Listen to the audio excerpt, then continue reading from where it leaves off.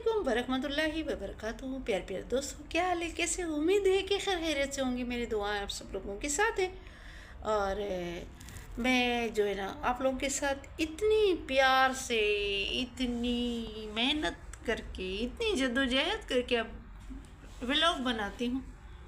आप लोग हो ना शेयर करते हो, ना लाइक करते हो, ना कमेंट करते हो।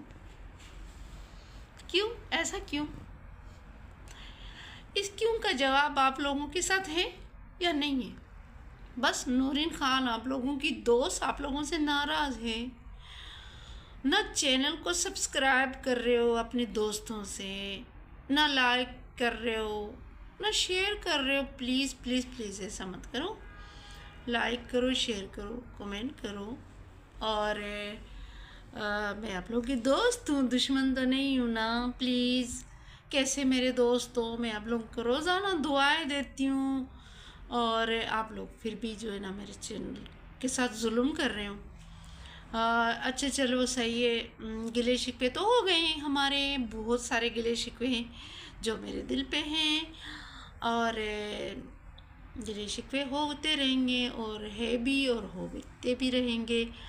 आज का व्लॉग बहुत ख़ास है और बहुत ही ख़ास है, और स्पेशल इस व्लॉग के लिए है। मुझे गांव से फ़ोन आया और अपना जो है ना उसने ड्रोनी किस्सा पूरा बता दिया।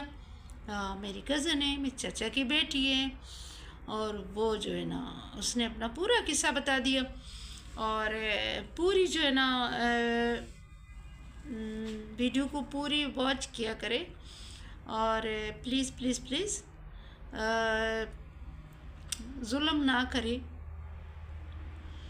अल्लाह मेरी तौबा, मैं बोल बोल के थक गई हूँ, आप लोगों को समझ में ही नहीं आती। पता नहीं आप लोग क्यों ऐसे कर रहे हो मेरे साथ। ऐसा मत कीजिएगा प्लीज़। मैं तो हमेशा आप लोगों के लिए वो ऐसे व्लॉग बनाती हूँ कि आप लोगों को उसमें फ़ायदे भी मिलते हैं, फ़ायदों की बातें भी करती हूँ, ठीक है। और आप लोग जो है ना, आप लोग समझते ही नहीं हो, पता नहीं कैसे दोस्त हो मेरे। चलो सही है। आज के व्लॉग जो है ना ऐसा ट्रूली कहानी है। कहानी मत कहो, किस्सा बोलो। दिसंबर की सर्द रात और एक सनसनी खेज किस्सा। ओह माय गॉड, इतना भयानक और ख़तरनाक किस्सा। यकीन कीजिएगा कि कल रात उसने मुझे फ़ोन करके बताया, और मैं नूरीन खान, पहले मैंने साया देखा था। ओह माय गॉड, मुझे तो सारी रात नींद नहीं आई। ओ, कोई है भी तो नहीं ना मेरे साथ। सारी रात डर डर के बस मोबाइल उठाना, देखना टाइम क्या हुआ है, टिकटॉक देखना, यूट्यूब खोलना, देखना फिर बंद करना, देखना फिर बंद करना, देखना फिर बंद करना। ओह माय गॉड, पूरी रात इस तरह गुजरी। तकरीबन 2-3 बजे के करीब मुझे थोड़ी सी नींद आ गई, वो भी बहुत मैंने अपने जहन से जो है ना वो ड्रोनी मंजर झटक दिया जो उसने मुझे फ़ोन पे बताया था। और ऐसा रोंगटे खड़े करने वाला किस्सा है। ओए होए, मैं तो पूरी रात नहीं सोई। शुक्र अल्हम्दुलिल्लाह कि मुझे कुछ हुआ ही नहीं। मैं तो सोच रही थी आज तो मैं डर के मारे मुझे कुछ हो जाएगा, लेकिन अल्लाह का लाख लाख शुक्र है, अल्लाह ने नूरीन खान को बचा लिया आप लोगों की दुआओं की वजह से कि ये व्लॉग बनाएगी और हम इसके व्लॉग को बहुत शौक़ से देखेंगे। शायद आप लोगों की दुआएं मेरे साथ होंगी।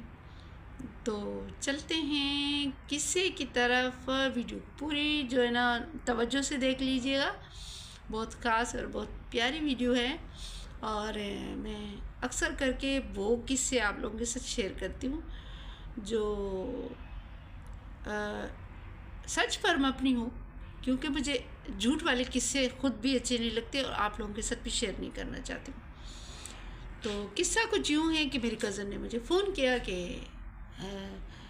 हमारे जो है ना रिश्तेदारों में फौतगी हो गई थी, और उनके पास जाने के लिए रास्ता कब्रिस्तान से जाना पड़ता था। रोड था कब्रिस्तान के बीच में, दोनों तरफ कब्रिस्तान था।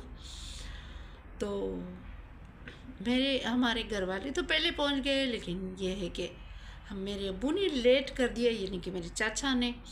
तो अब्बू जो है ना आते आते लेट कर दिया, किसी प्रॉपर्टी की डीलिंग में शायद उसकी जो है ना देर हो गई, तो उसने देर कर दिया। तो आते आते तकरीबन 12, 12:30 पौने 1 बज गया था। तो फिर उसने कहा कि मैंने अब्बू को कहा कि हमारे रिश्तेदारों की मैयत हुई, अम्मी और सब लोग चले गए और मैं आपका इंतज़ार कर रही थी कि अम्मी ने कहा था कि आप अपने वालिद के साथ आ जाना, मेरी कज़न ने कहा। तो मैंने अपने वालिद को कहा कि मैं तो अकेली घर में नहीं रह सकती हूँ, सब गए हैं मैयत में, तो मुझे भी अपने साथ ले जाओ। तो मेरे वालिद ने कहा ठीक है। तो वालिद ने खाना वाना खाया और उसको खाना खिलाने के बाद मैं भी थोड़ी गर्म शाल वगैरह उठा लिया मैंने। तो वही सर्दी तो इतनी तेज सर्दी थी, ओ माय गॉड, इतनी तेज सर्दी थी। लो कांप के जब गाड़ी, और पेशावर की सर्दी आप लोगों ने देखी नहीं है। ओए होए, पानी ज़मीन पे जैसे फेंको कुल्फ़ी बन जाती, बर्फ़ जम जाता है पानी से। तो वो जो है ना कह रही थी कि मैंने गरम कोट भी पहन लिया, शाल भी पहन लिया ऊपर से, और गरम सूट भी पहना हुआ था मैंने, फिर भी मैं तर कांप रही थी। और गाड़ी में जब बैठ गई तो गाड़ी ऐसा लग रहा था जैसे किसी ने बर्फ़ खाने में मुझे बिठा दिया। अब्बू ने इशारा किया, चाचा ने मेरे ने, कि बेटा आगे बैठो, पीछे डर जाओगी, क्योंकि हमें कब्रिस्तान से गुज़रना पड़ेगा। तो मैं अब्बू का कहना मैंने मान लिया, मैं आगे बैठ गई अब्बू के साथ। अब्बू ने गाड़ी स्टार्ट कर दी और गाड़ी रवां दवां हो गई। जैसे हमारे गांव से गाड़ी निकली और कब्रिस्तान का रोड पे गाड़ी चढ़ गई। तो तकरीबन 2 बजे का टाइम होगा, 2 बजे का टाइम होगा। तो जब आधी कब्रिस्तान पर पहुंच गए, कब्रिस्तान बहुत बड़ा है और शायद बहुत से लोगों ने देखा भी होगा, बहुत बड़ा कब्रिस्तान है वो, दोनों तरफ कब्रिस्तान है और बीच में रोड है। और बस मैंने कहा अरे भाई, मैं होती तो मैं तो बेहोश हो जाती गाड़ी में, आपने कैसे सह लिया। वो कह रही थी कि भाई मैं क्या करती, मजबूरी थी। शुक्र है अल्लाह ताला ने मेरा दिल बहुत बड़ा कर दिया था उस टाइम। तो जब गाड़ी बीच कब्रिस्तान में पहुंची तो अब्बू को एक सफ़ेद, मुझे भी और मेरे वालिद को भी, यानी कि मेरे चाचा को, एक सफ़ेद चीज़ नज़र आई। कोई ना इंसानी जिस्म नहीं था, पर एक साया नुमा था, सफ़ेद, सफ़ेद बर्फ़ की तरह चीज़ थी, बिल्कुल बर्फ़, जैसे किसी ने बर्फ़ को खड़ा किया हो। तो हमने जो है ना, मेरे अब्बू ने गाड़ी को और ज़्यादा तेज़ कर दिया, यानी कि मेरे चाचा ने, उसके अब्बू ने, मेरे चाचा ने गाड़ी को और तेज़ कर दिया। मैंने कहा अब्बू और तेज़, अब्बू और तेज़, प्लीज़ प्लीज़। मैं तो तर कांप रही थी। और जब हमारी गाड़ी उस सफ़ेद नुमा चीज़ से आगे निकल गई तो अब्बू को कार के शीशे में नज़र आया कि वो सफ़ेद साया बाकायदा हमारी गाड़ी के पीछे दौड़ रहा है, और इस तरीके से दौड़ रहा है जैसे किसी ने उसके पाँव के नीचे हमारे गाड़ी से ज़्यादा तेज़ पहिए लगाए हों। Oh my God. अब्बू को मैंने बोला अब क्या होगा। अब्बू ने बोला अल्लाह खैर करेगा, अल्लाह पर भरोसा रखो। जब अल्लाह ने ये मखलूक बनाए हैं तो अल्लाह तबारक ताला ने उसके साथ कुरानी आयातें भी भेजी हैं हम लोगों को, जो है ना, अपने आप को बचाओ के लिए। फिर तो मेरी कज़न ने आयतुल कुर्सी 4 कुल कुरान पाक की तिलावत दे धड़ाधड़ कर रही थी, और चाचा भी कर रहा था, कुरान पाक की तिलावत चल रही थी और तर दोनों कांप रहे थे। जब पीछे देखा तो शीशे में, तो वो साया जो है ना फिर नज़र नहीं आया। तो इन्होंने अल्लाह ताला का शुक्र कर दिया कि यार अब तुम्हारा शुक्रगुजार हैं हम कि आपने हमारे को इस मुश्किल वक्त से बचा लिया और फिर मैयत का घर पहुंच गए। फिर मेरी चाची ने कहा था कि मैंने आप लोगों को कहा था कि जल्दी आ जाओ तो हम वापस घर भी जाएंगे। मेरी चाची को थोड़ा सा मैयत के घर से थोड़ी सी जो है ना वो होती है, उलझन होती है और उसे बेचैनी हो जाती है।